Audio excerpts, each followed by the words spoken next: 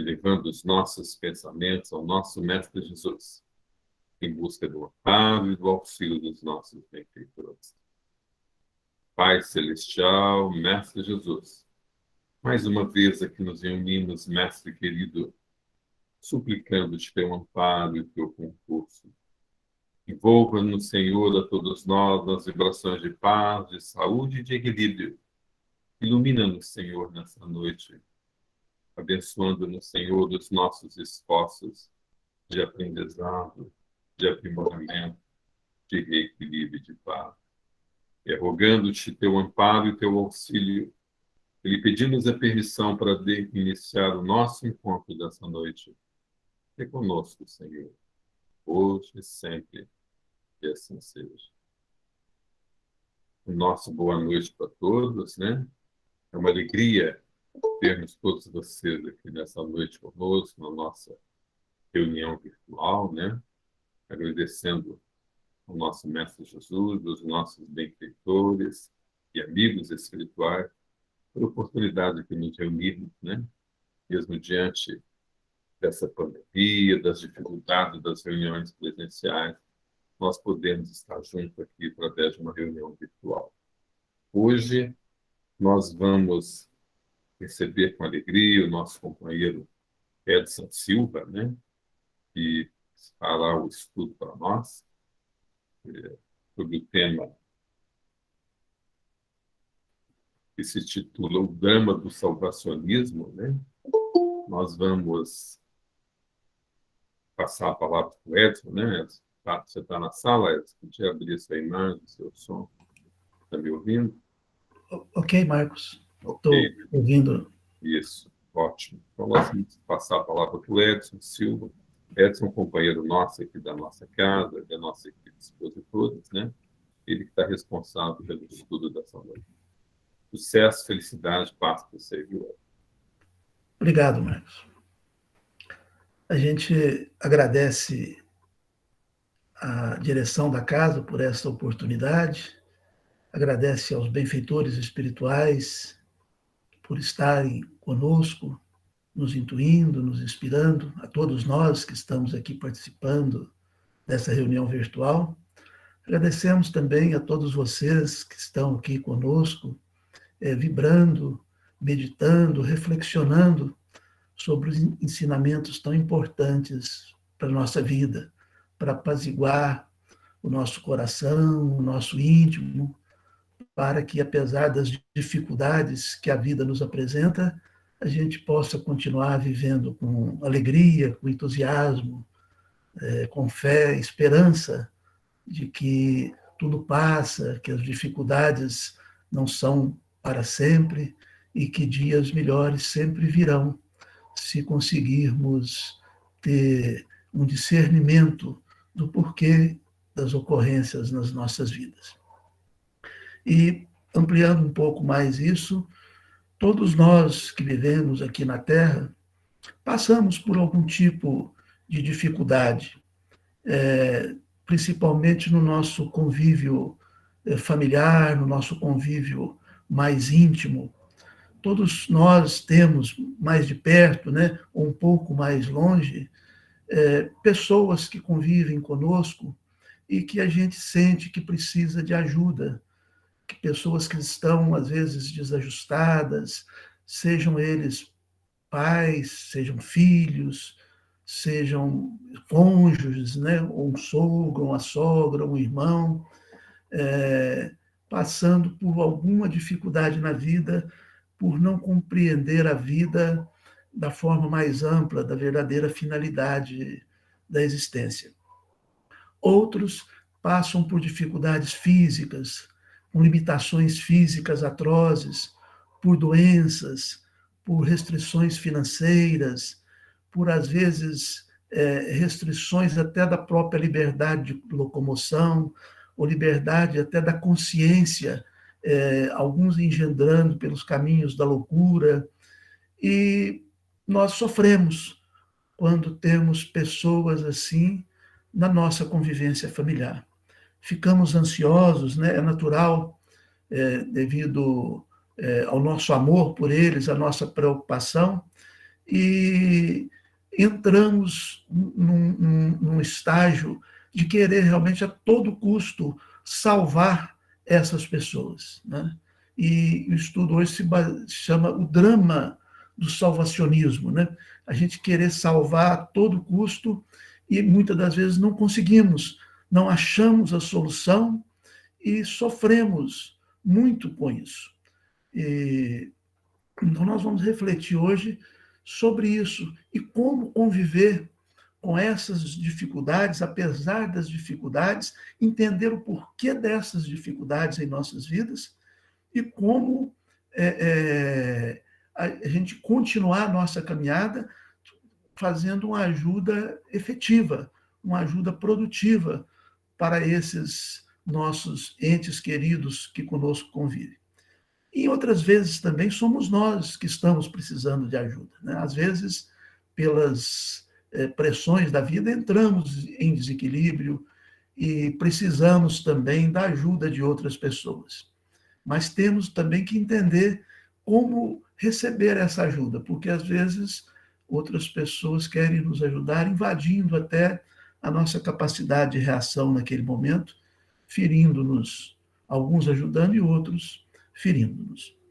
O estudo de hoje, ele se baseia, nós pegamos principalmente um livro do Hamed, o Espírito Hamed, dita um livro que é O Modo de Entender, por Francisco do Espírito Santo Neto, e tem um capítulo lá que chama Salvacionismo, um ciclo perverso.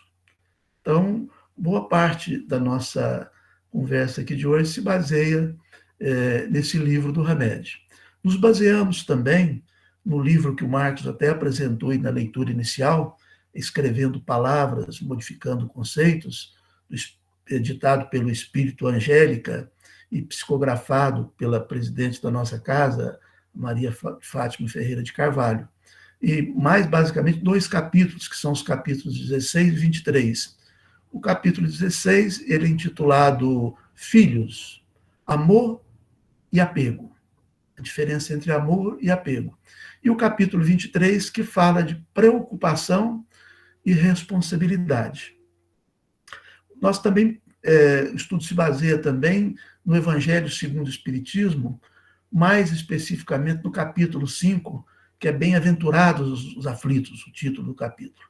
E tem alguns tópicos nesse capítulo que nos dão bastante serenidade, nos dão bastante, traz bastante luz para o nosso entendimento do porquê do sofrimento nas nossas vidas. E tem alguns tópicos lá que principalmente é justiça das aflições, causas das aflições,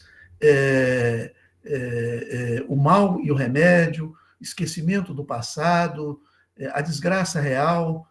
Então, nós vamos comentar um pouco sobre esses tópicos. E, por fim, um livro psicografado pelo Divaldo Pereira Franco, que é um médium muito conhecido, que se chama Plenitude, ditado pelo espírito de Joana de Ângeles. Então, essa bibliografia, ela trouxe para nós muitos conhecimentos para que a gente pudesse hoje desenvolver o estudo da noite. Então, primeiramente, a questão do salvacionismo, né? Nós, muitas das vezes, temos a pretensão de querer salvar o outro a todo custo, né? E achamos que temos que dar conta. E vamos dando conselho, pessoas, como nós falamos, difíceis, né? Às vezes um marido difícil, uma esposa difícil, um filho mais rebelde, que passa por muitas dificuldades, um irmão, ou um pai, ou uma mãe, ou um ente querido que faz parte do nosso ciclo de relacionamento. Nós temos a pretensão realmente de uma forma muito apressada, querer trazer esse ente querido para o entendimento de uma realidade mais ampla. E nós vamos nos esforçando, né, com essa ideia de ser um salvador do outro, né, mas a gente começa a perceber com o tempo que, às vezes, o outro não nos atende perfeitamente. A gente aconselha, a gente renuncia a uma série de coisas na nossa vida para viver em função do outro, né? E quando não obtém o reconhecimento, ou quando a gente não consegue provocar a mudança necessária no outro, da maneira que nós gostaríamos, né, dentro da nossa visão, e achando que o outro tem que enxergar a vida pela lente da nossa experiência, isso é um grande erro, né? Porque a doutrina espírita traz para nós que cada ser foi criado por Deus num determinado momento e percorreu diferentes caminhos na sua senda evolutiva. Cada um traz uma bagagem de conhecimentos diferente. E querer que o outro, né, enxergue a vida da mesma forma que nós enxergamos é uma insensatez muito grande. E a gente fica forçando, às vezes, um filho a querer enxergar do jeito que a gente enxerga, ou começa a comparar um com o outro, né? Nos nossos lares, às vezes, com vários filhos, ou comparar com os filhos dos outros, mas o filho do outro, ou o seu filho, o seu irmão mais novo, ou o seu irmão mais velho, faz isso e você não faz. E esse tipo de comparação demonstra que, né, quando agimos assim, uma falta de compreensão da realidade espiritual. E quando o outro não corresponde da maneira que nós queremos, nós passamos para um segundo estágio, né? O Hamed nos traz isso. Primeiro, nós nos comportamos como um salvador.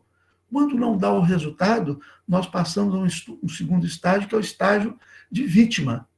Eu sou uma... eu começo a me autocondenar, né? E achar que eu não consegui cumprir o meu papel e acho que sou vítima do mundo por fazer tudo e não ter o reconhecimento do outro.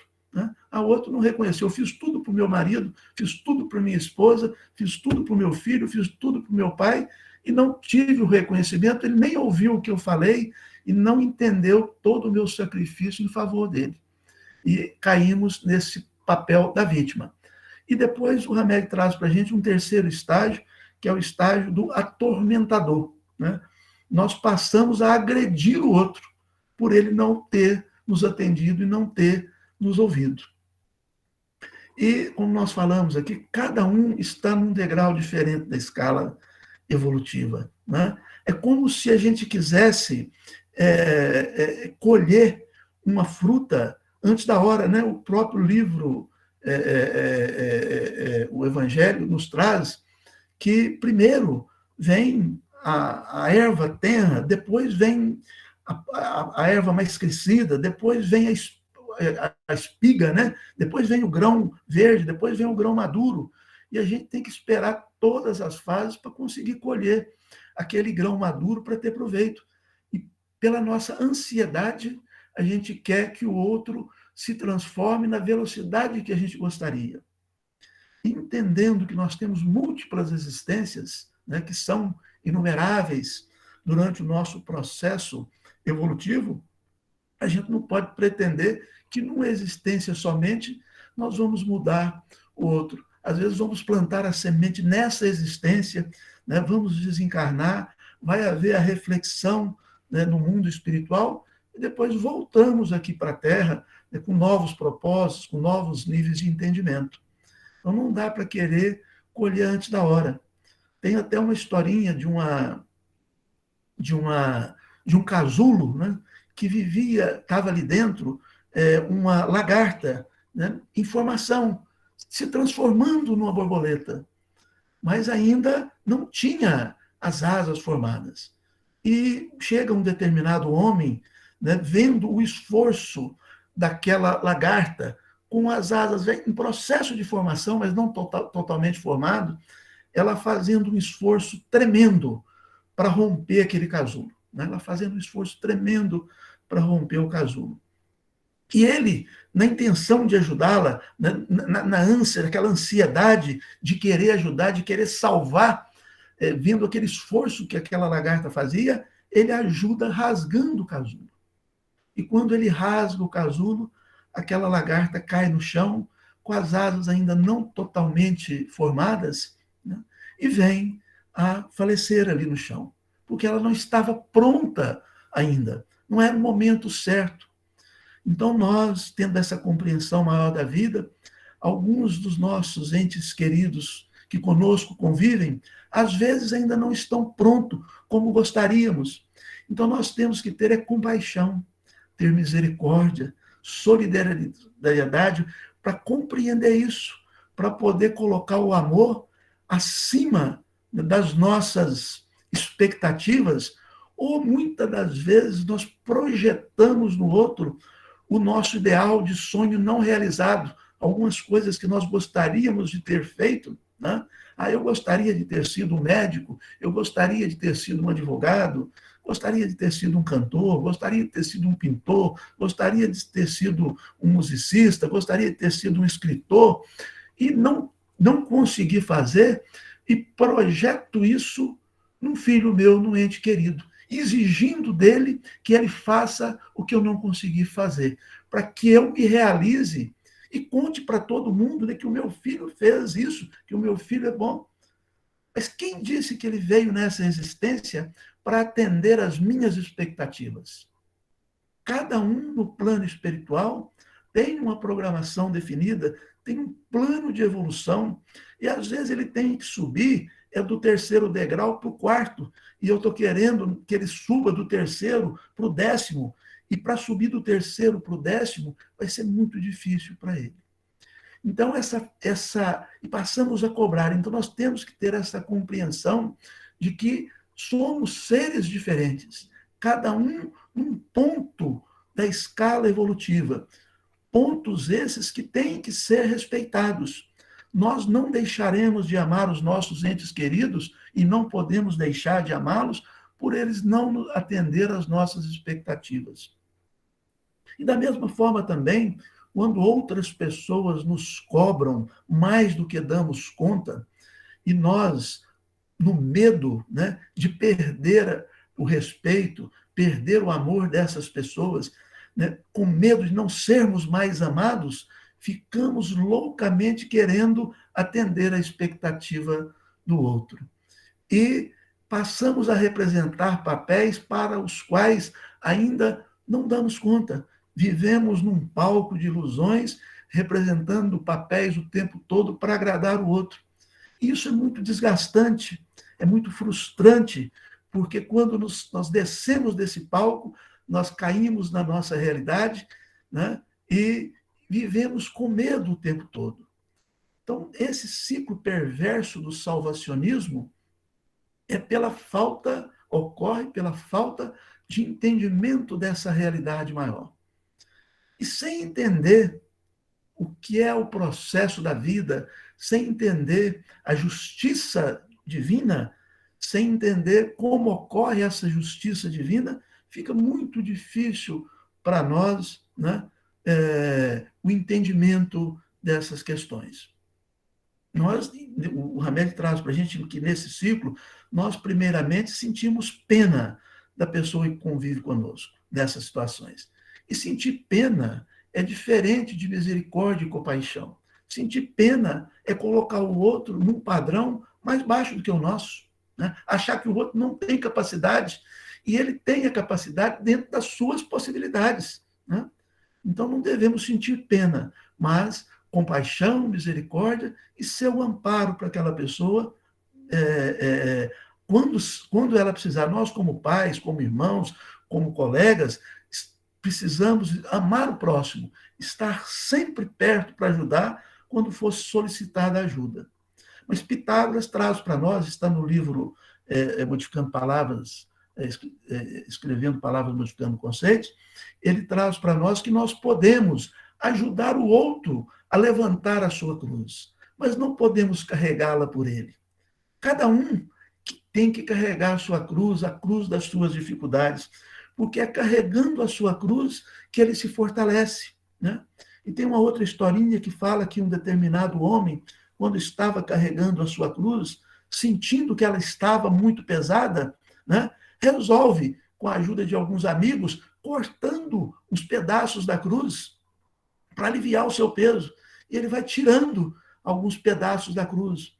Mas na sua caminhada, chega numa hora ali, numa determinada trecho da sua caminhada, tinha um precipício e a largura do precipício, ele tinha que passar para o outro lado.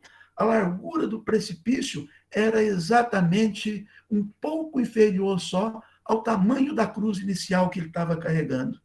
E como ele havia cortado a cruz, muitos haviam, né, na boa vontade, achando que estava aliviando o peso, tirou uma parte da cruz e chegou ali naquele ponto, a cruz era insuficiente para transpor aquele obstáculo e ele passar por outro lado, onde haveria, né, muita abundância, haveria mais felicidade. E ele teve que ficar no lado que havia mais sofrimentos. Então, nós podemos ajudar, sim, podemos ter compaixão, ter misericórdia, né? Mas é preciso compreender que cada um passa pelas suas experiências, tem as suas dificuldades, e esse é o processo que a vida oferece para o nosso engrandecimento. Uma árvore, quando ela sente a falta de chuva, o que acontece com a árvore? As raízes se aprofundam no solo, procurando a umidade nas camadas mais profundas do solo.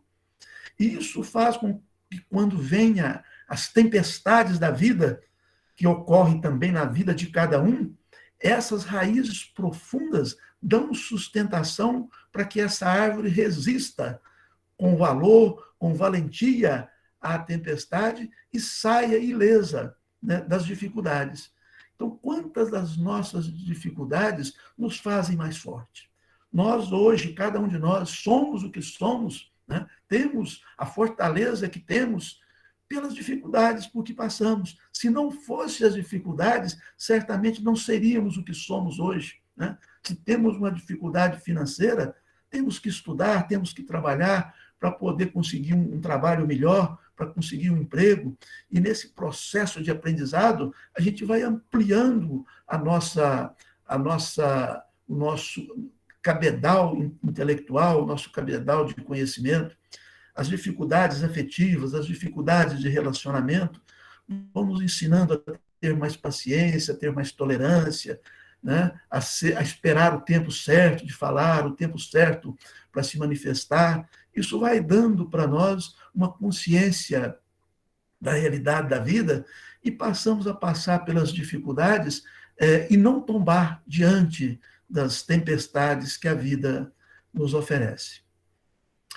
Outro aspecto também que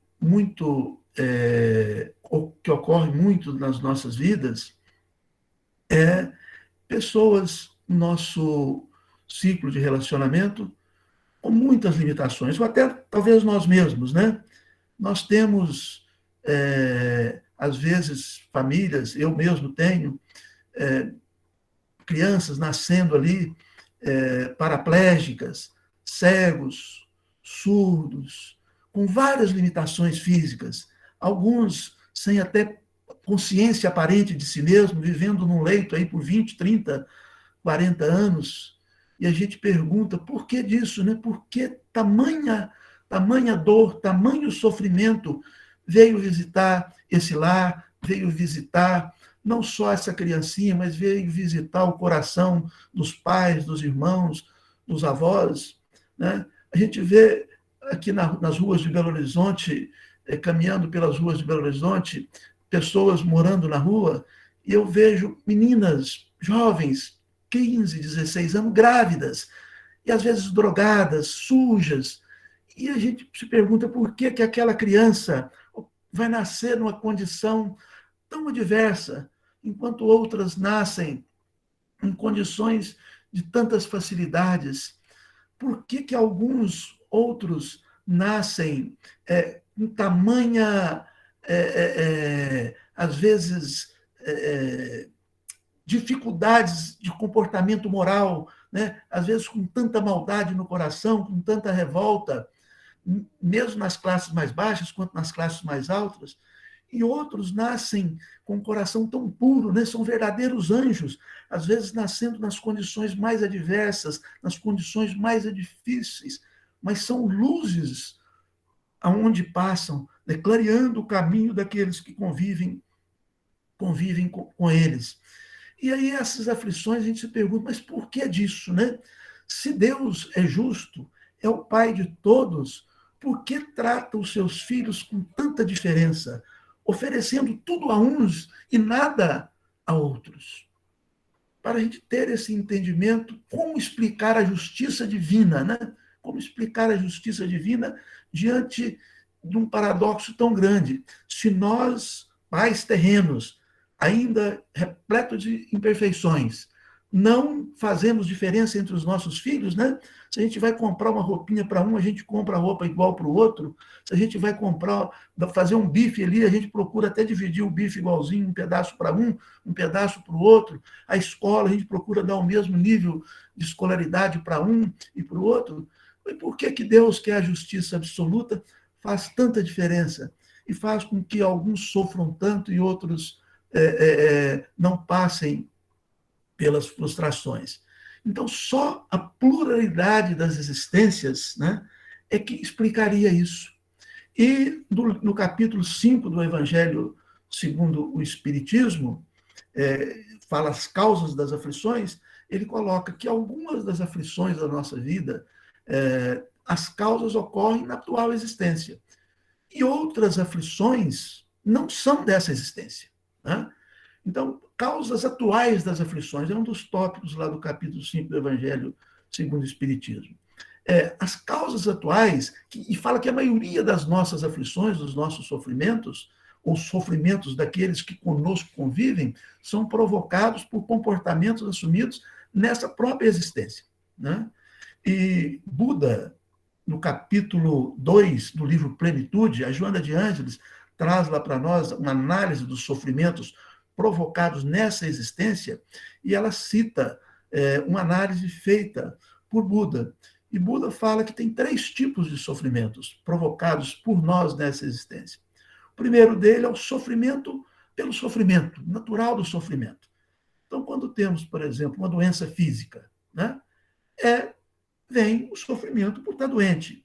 Na velhice, né, quando chega as dificuldades da velhice, as dificuldades de locomoção, a perda da beleza física, é natural, faz parte do processo de envelhecimento, né? São processos naturais que a vida nos oferece, porque nós temos que partir. Né? Tem um capítulo do Livro dos Espíritos que chama Lei de Destruição, que explica isso claramente, né? Faz parte do processo evolutivo, temos que ir e vir várias vezes para crescermos, né? Tem outros sofrimentos que é trazido por Buda, que é o sofrimento pelo prazer. Na busca irrefreada do prazer, nós sofremos. É o caso, por exemplo, o cigarro me dá prazer. Depois vem uma doença provocada pelo cigarro, né, e vem o sofrimento. A comida em excesso, né? Comidas que não fazem bem, comidas que não têm os nutrientes necessários para o nosso equilíbrio, comida em excesso. Quando a gente não tem um controle adequado, vêm as doenças consequentes, em consequência do excesso de comida. O álcool, as drogas, o sexo, né, desenfreado, o adultério, às vezes pela busca do prazer no sexo, de uma forma irresponsável, isso pode nos trazer sofrimentos grandes e depois fica mais difícil, né, da gente redimir. Uma outra questão que ele traz para a gente é o sofrimento pelos condicionamentos, o que a sociedade nos apresenta como padrão, né, normal, como padrão adequado, como um padrão para ser aceito. Então, para ser aceito, eu tenho que ter sucesso financeiro. Se eu não tiver sucesso financeiro, eu não vou ser aceito. Se eu não tiver sucesso financeiro, eu não vou encontrar a namorada que eu queria, ou o namorado que eu queria. Se eu não tiver fama. Então, tem algumas coisas que os condicionamentos sociais nos mostram, e nós, despreparados por não entender a realidade da vida, às vezes buscamos esse padrão que o mundo prega como sendo sucesso, com uma visão distorcida da realidade.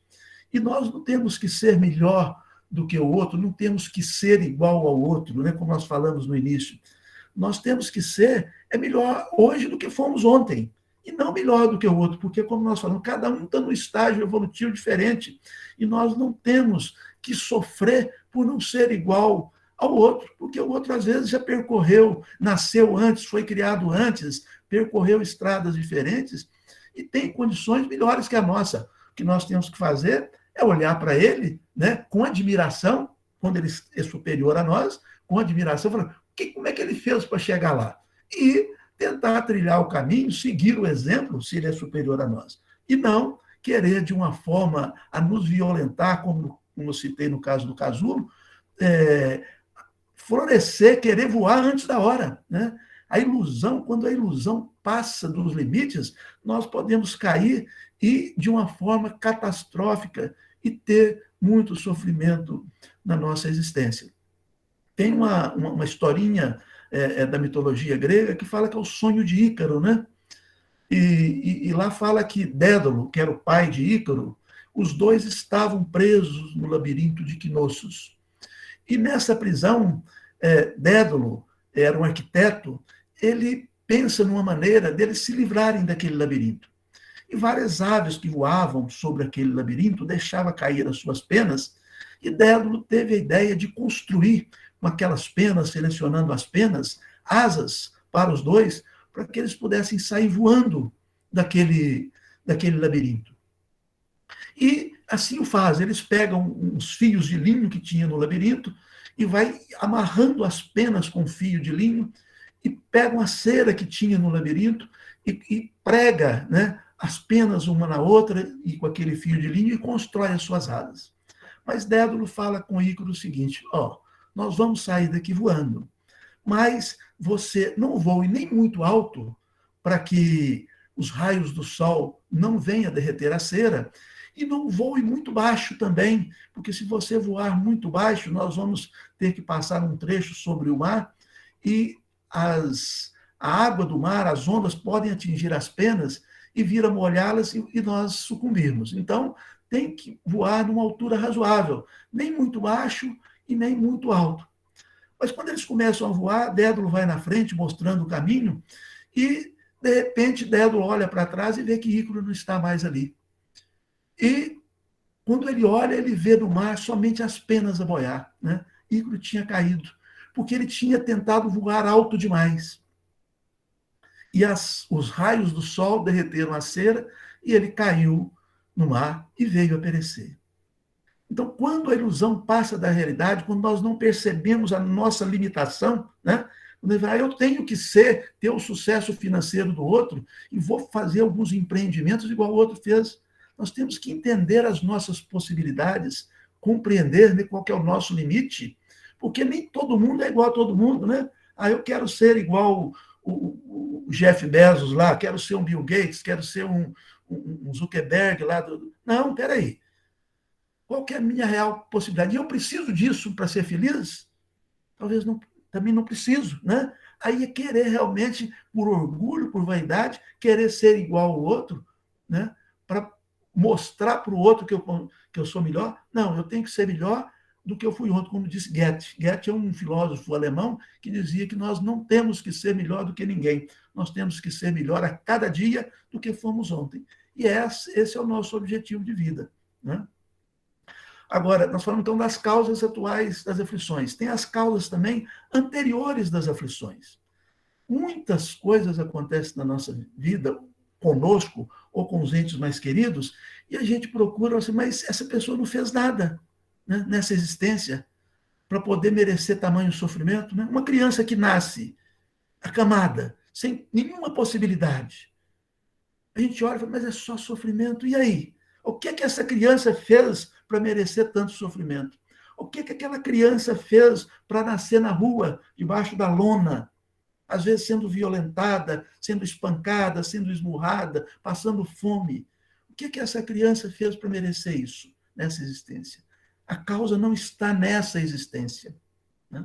Os reveses da fortuna, às vezes nós fazemos tudo certinho, pagamos os impostos, tomamos todas as preocupações que precisam, todas as precauções, e vem um revés qualquer que nenhuma previsão poderia prever aquilo. Vem, às vezes, um acidente, vem uma catástrofe, vem um tsunami, vem qualquer coisa que, mesmo com todas as previsões, aquilo não podia ser previsto. E a gente vem a perder tudo, né? Vem um desastre, um prédio que rui, enfim, contra todas as previsões. Não está nessa existência.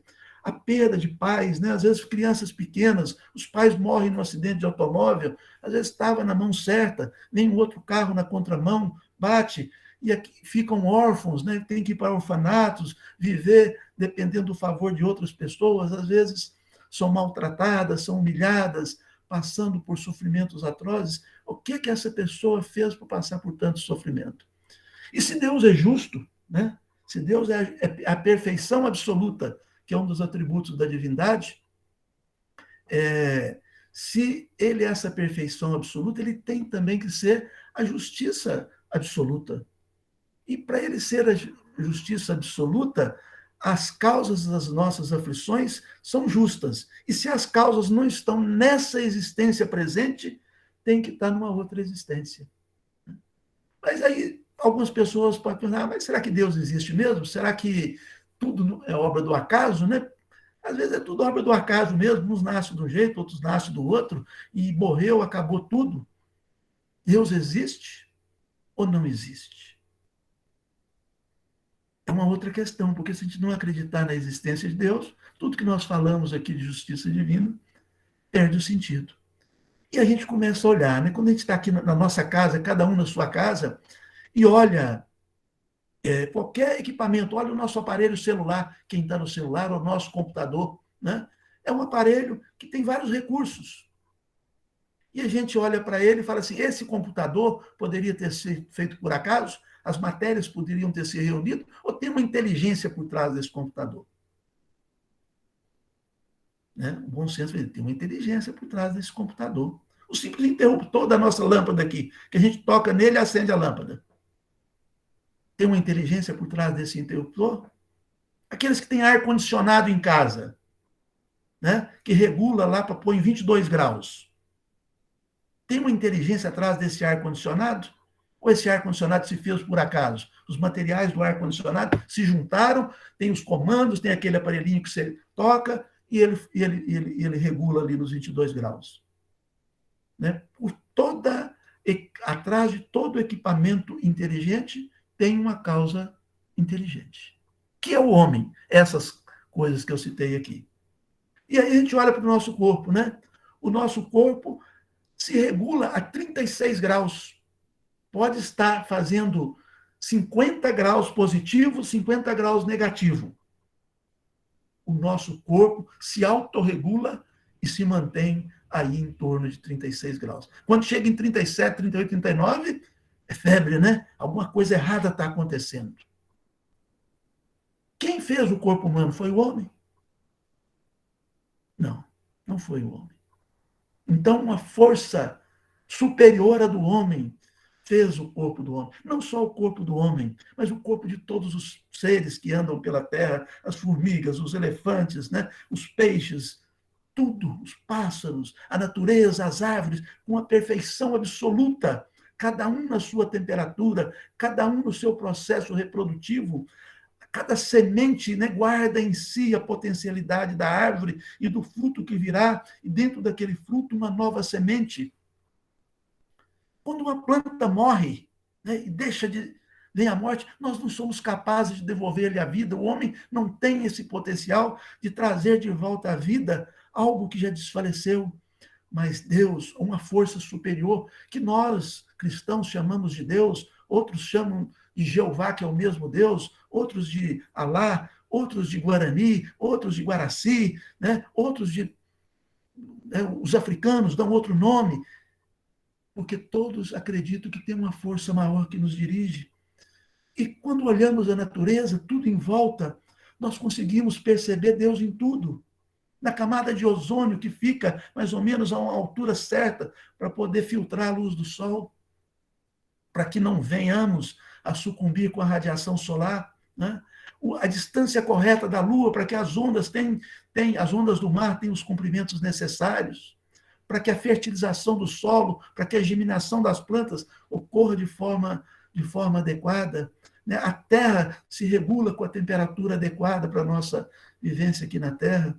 Então tem uma força maior que dirige tudo, e uma força onipresente, onisciente, que nos protege, que nos guia na nossa existência. Então, quando nós temos seres que conosco convivem passando por dificuldades, ou nós mesmos é que passamos pelas dificuldades, nós às vezes queremos mudar isso e nos frustramos ou nos culpamos, né? Ficamos, será que eu fiz de errado para acontecer isso? Meu Deus, eu vivo, né? A gente vive, e é natural, vive numa ansiedade muito grande quando um ente querido nosso vive em sofrimento, né? Às vezes choramos muito, lamentamos, queremos tirar ele daquele sofrimento. Mas se ele veio conosco naquela situação, né, nós, às vezes, não vamos conseguir salvá-lo da forma que gostaríamos. Mas vamos fazer o máximo, porque se vem naquela situação, às vezes é para poder meditar, é para poder refletir, né? Agora, nem todo sofrimento é porque a gente fez alguma coisa errada no passado. Tem também algumas pessoas que vêm aqui na Terra para dar, né? Não precisa mais passar por aquilo, mas vem passando por múltiplas dificuldades para trazer o exemplo de como passar por essas dificuldades com resignação, com coragem e com valentia, né? Vem para dar o exemplo. Outros vêm como missão, como missionários mesmo, como Cristo veio. Cristo não precisava passar por todo o sofrimento por que passou, né? Mas veio para demonstrar para nós que, apesar da ingratidão, da solidão, da desconsideração dos homens, ele era possível continuar amando a humanidade, porque o amor faz parte íntima do ser e não depende das compensações que o ser amado oferece. Então, Cristo veio dar esse exemplo. Então, alguns vêm aqui na Terra, passam por muitas dificuldades, muitos sofrimentos, né, para poder mostrar que é possível continuar amando, continuar fiel aos preceitos do Cristo, apesar de todas as dificuldades. Então, a gente não pode só falar assim, está sofrendo, é porque foi ruim na vida passada. Não, tem outras, né, nós não podemos carimbar dessa forma, né? Tem múltiplos aspectos aí que cada um deve fazer a sua análise. Então, nós podemos realmente ajudar o outro, né? Ser como Arcos, né? No livro Escrevendo Palavras, Modificando Conceitos, que fala lá amor ou apego, fala na questão do apego aos filhos, né? A gente, às vezes, quer reter os filhos muito perto da gente, querer que eles atendam às nossas expectativas, achar que nós podemos sofrer ou viver por eles as experiências que eles têm que viver. E tem um escritor, ele é libanês, né, que é o Khalil Gibran, nascido em 1883, que ele era ensaísta, poeta, era pintor, e tem um verso, quase com uma poesia dele, que é muito interessante, que ele fala que os nossos filhos, né, ele fala assim, vossos filhos não são vossos filhos, são os filhos e as filhas da ânsia da vida por si mesma. Eles vêm através de vós, mas não de vós. E embora vivam convosco, não vos pertencem.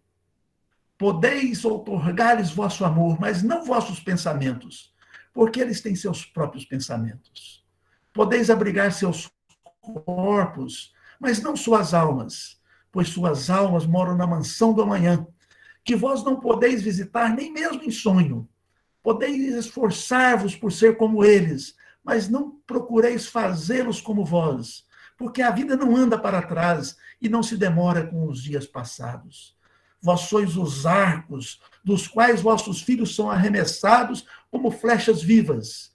O arqueiro, mira o alvo na senda do infinito e vos estica com toda a sua força para que as suas flechas se projetem rápidas e para longe.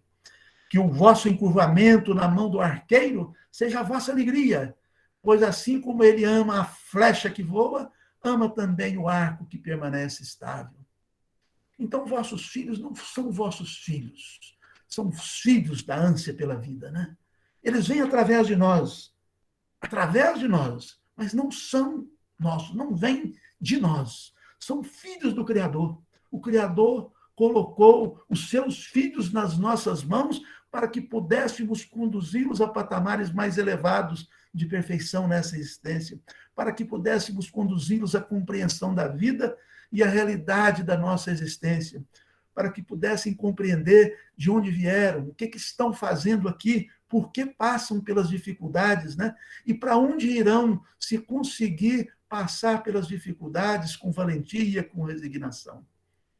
Então, ele fala também, né, que o vosso encurvamento na mão do arqueiro seja a vossa alegria. O arqueiro é Deus, né, projetando os nossos filhos, e nós somos os arcos. Que o nosso encurvamento na mão do arqueiro seja a nossa alegria.